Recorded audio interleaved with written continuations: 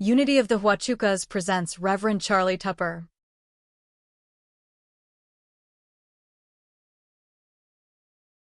Walking the Path of Spirit. So Easter, I bet you didn't expect that, right? Easter in the Western culture is celebrated as one day.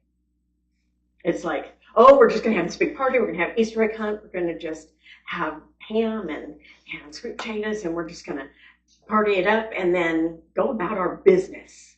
Okay? We got business to take care of. But you know, in the scriptures, that's not how it works.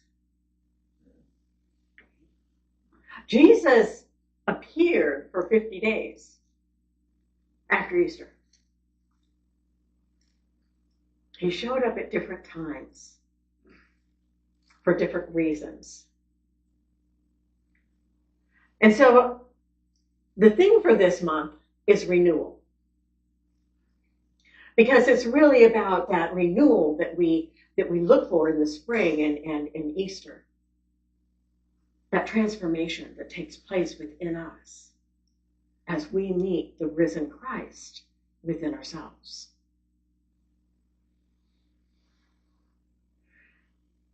So I had every intention today of talking about Jesus walking on the road to Emmaus, right?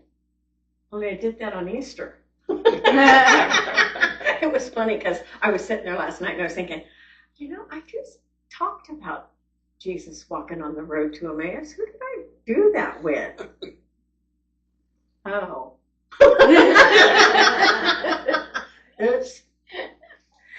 So, we're going to go in a different direction. So another time that Jesus shows up after Easter is he shows up in the upper room for a second time. And when he shows up in the upper room for the second time, this time Thomas is there. Now Thomas had not been there the first time. And so when the disciples said, "We have seen the Lord. He appeared to us here," he was like, "Yeah, I don't buy it. I don't know what you saw, but I don't buy it." And so he said, "I won't believe it unless I can put my hands in his wounds. I won't believe it." Well, so Jesus shows up. Thomas is there. And Jesus looks at Thomas and says, "Put your hand in my hands. Put your hand in my side." And Thomas says, it doesn't even say that Thomas did it. It just says that Thomas says, "My Lord." Convicted in that moment. So Jesus' response to this is, "Blessed is he who has not seen and believes." So one of the things that is common is to say, "I'll believe it when I see it." You know, I'll believe it when I see it.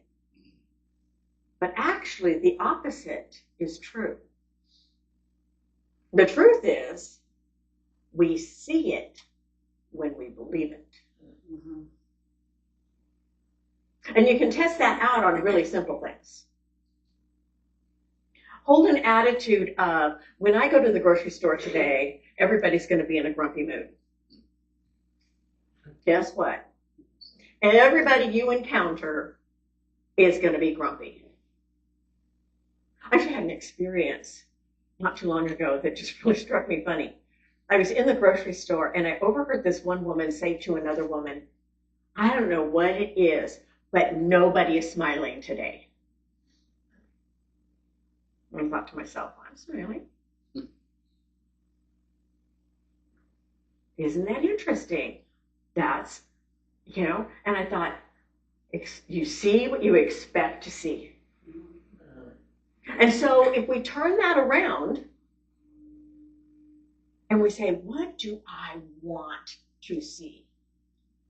What is it that I really want to experience? Do I want to experience peace? Do I want to experience joy? What do I want to experience? Well, rather than waiting for it to show up, it's already here. We just have to claim it. That's all we have to do. We just have to claim it to be true. And then it shows up everywhere. Cars will slow down so that you can get in front of them. People will open doors for you. Kindness will show up everywhere because you're expecting it. And not only is it showing up for you, but you are actually doing it too. You find yourself automatically just slowing down and letting the car get in front of you. Letting go of the race, the 1 second race. They're going to get there 1 second before I do.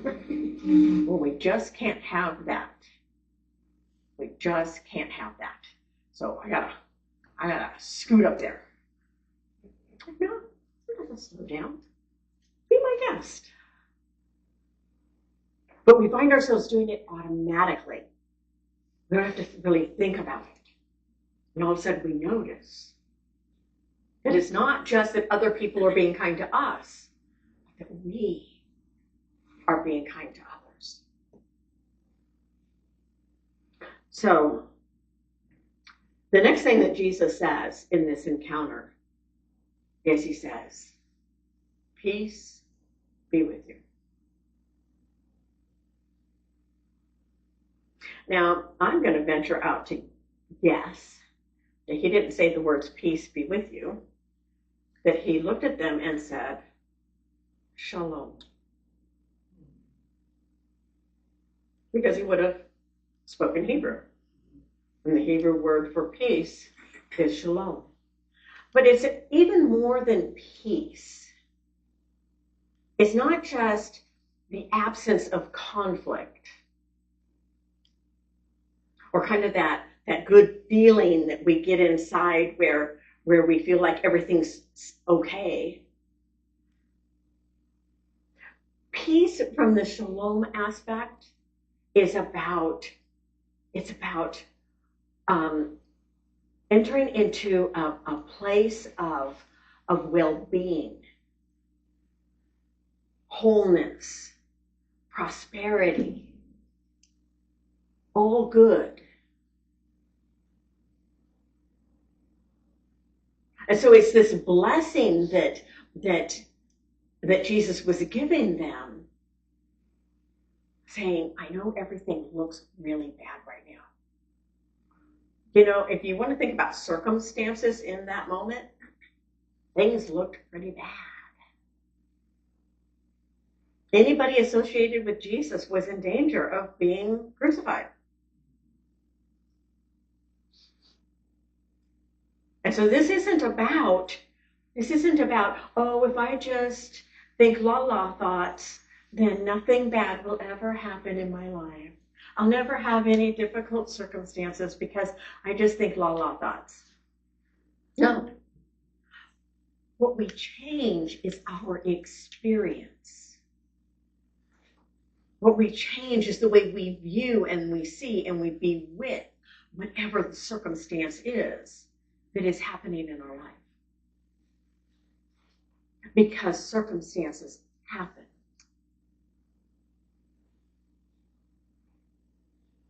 And circumstances happen sometimes because we are holding thoughts that might not be the highest. But sometimes circumstances happen because circumstances happen. Because we live in a three-dimensional world. So how do we be with that? So how do we be with that? So my recommendation is to look in the mirror in the morning and look at yourself and go, Shalom. Peace be with you. No matter what is going on. Peace be with you. It's funny, as I say this, I can hear the wind outside. It doesn't sound peaceful.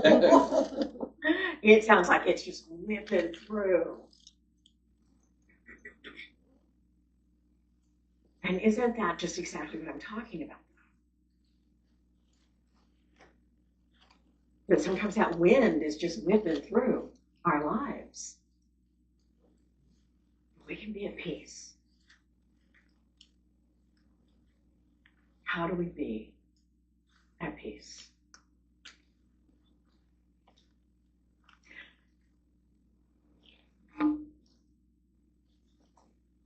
One of the interesting things about the encounters when Jesus shows up after the resurrection is in every encounter, when he first shows up, they do not recognize him. When he shows up in the upper room, they think he's a ghost. When he shows up to Mary, she thinks he's a gardener. When he shows up at the Sea of Galilee, because the disciples have gone back to fishing, he shows up at the Sea of Galilee, and they just think that he's some guy on the beach.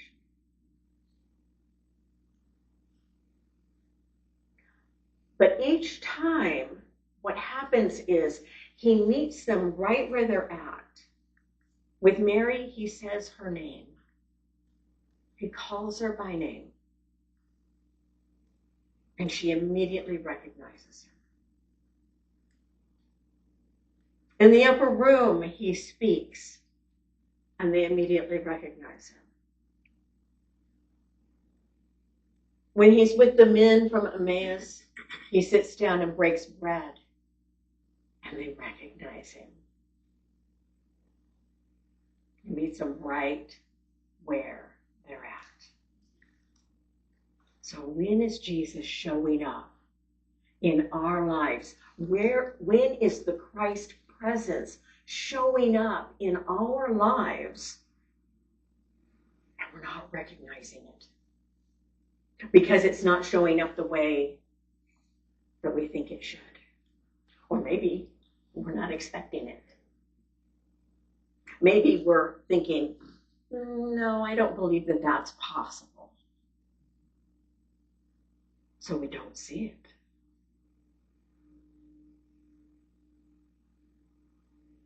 We only see what we believe is possible.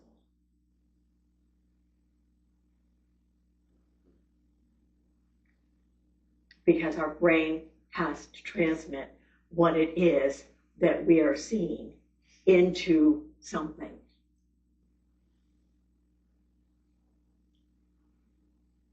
So where's the Christ showing up today? I hear a lot of people talk about the anxiety they're feeling, and a lot of people are in fear right now, and a lot of people are just, they're having circumstances and experiences that can lead down the road of fear. When we open our eyes and we look for the Christ presence, then we don't go down the road of fear. We go down the road of faith. We go down the road of faith. And we know that we will be guided. I mean, it's like every song today. I could do a sermon on every song today. It's like, we will be guided. Now, that is not my fault. I have your energy. no electronics on, okay?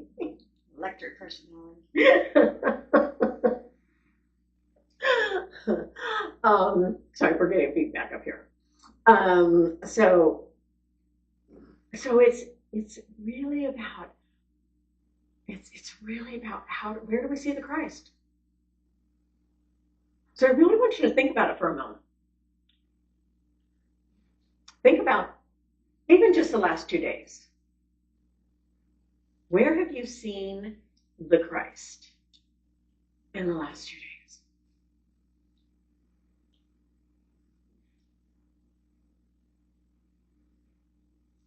And can you see the Christ in someone who maybe isn't showing up the way you think they should?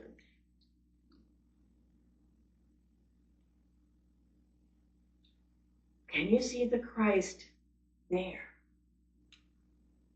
Because the Christ is there. That is. Because we all have that divine, we are all, without exception, expressions of the divine. And so as expressions of the divine, we all have that Christ essence within us. We call it the Christ. Other religions call it other things. Hindus call it Atman, and Buddhists call it the Buddha nature. And so different people have different words for it. But it's that same God essence within us. The truth of our being.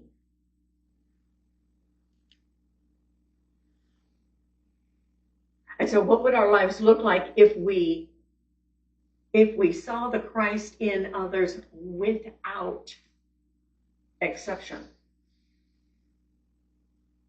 No exception.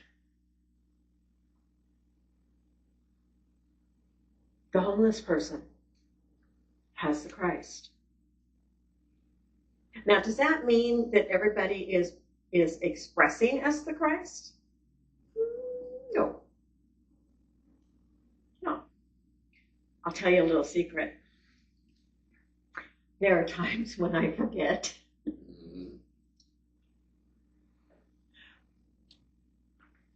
When I forget the truth of who I am. And I bet there's times when you forget the truth of who you are.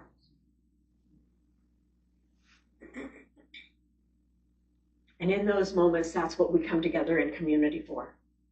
We come together in community in order to remember the truth of who we are. To say, I see the Christ in you. I see the Christ in you. I know the truth of who you are. You are the love, the strength, the wisdom, the power, the compassion, the kindness that is God. You are life itself.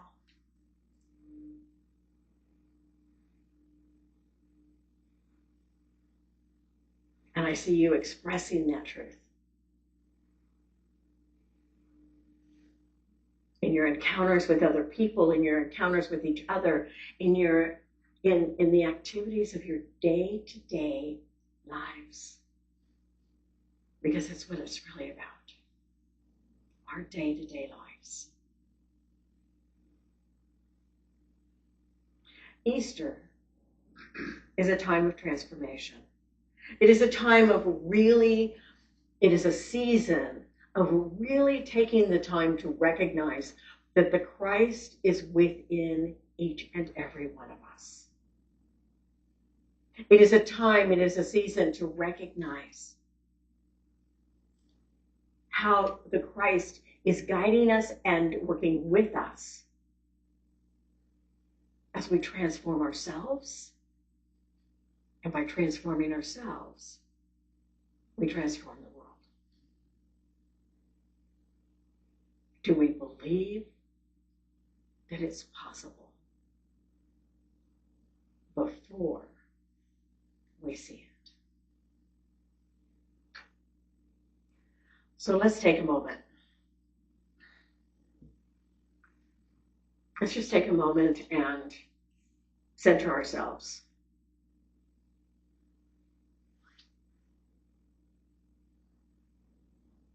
There is a place within you where you know that it is that place where you feel the divine. For some people, it's the heart. For some people, it's the belly. Or even lower in the center of their being in the gut.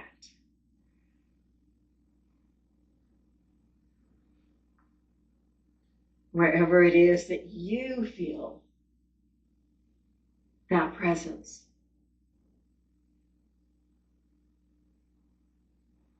I invite you to enter into that space. This is a place where we are welcome inside of ourselves, no matter what is going on.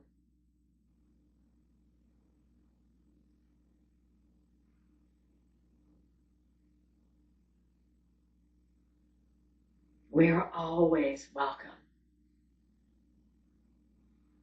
It is a place within ourselves where we are always loved. It is a place within ourselves where we know that there is no separation.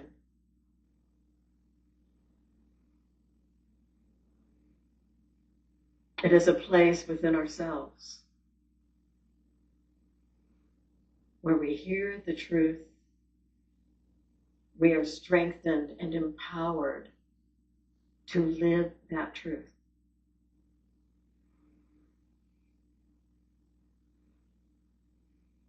And so we take a moment to just be in this space. To just be.